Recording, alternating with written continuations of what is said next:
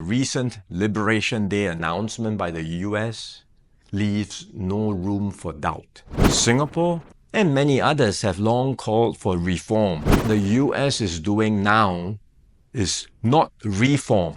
The US has placed Singapore in the lowest base tier with a tariff of 10%. We can also expect a strong global response to America's tariffs. International trade and investments will suffer, and global growth will slow. My fellow Singaporeans, I've said before that the world is changing in ways that will disadvantage small open economies like Singapore. Some had previously questioned this assessment, but the recent Liberation Day announcement by the US leaves no room for doubt.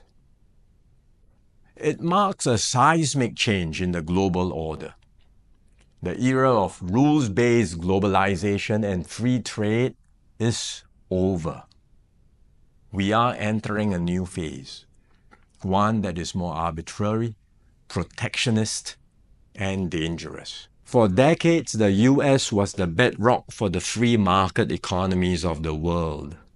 It championed free trade and led efforts to build a multilateral trading system, anchored by clear rules and norms, where countries could achieve win-win benefits through trade. This WTO system brought unprecedented stability and prosperity to the world, and to the US itself. To be clear, the system is not perfect. Singapore and many others have long called for reform, to update the rules and to make the system better. But what the US is doing now is not reform.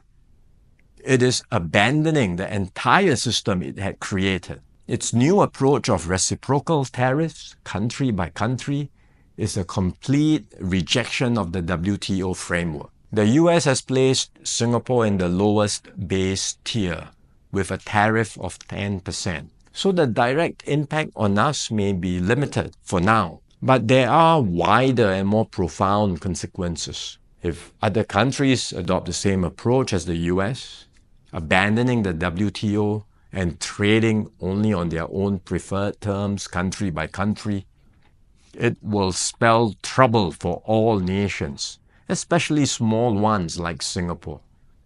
We risk being squeezed out, marginalized, and left behind.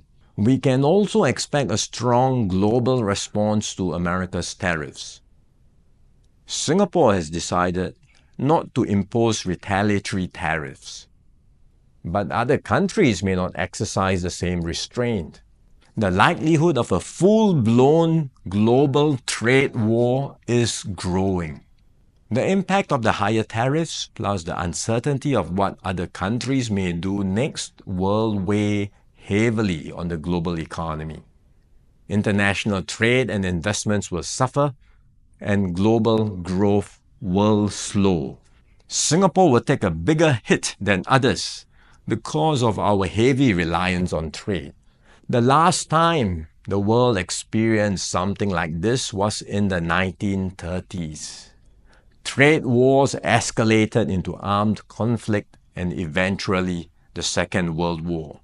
No one can say how the current situation will unfold in the coming months or years.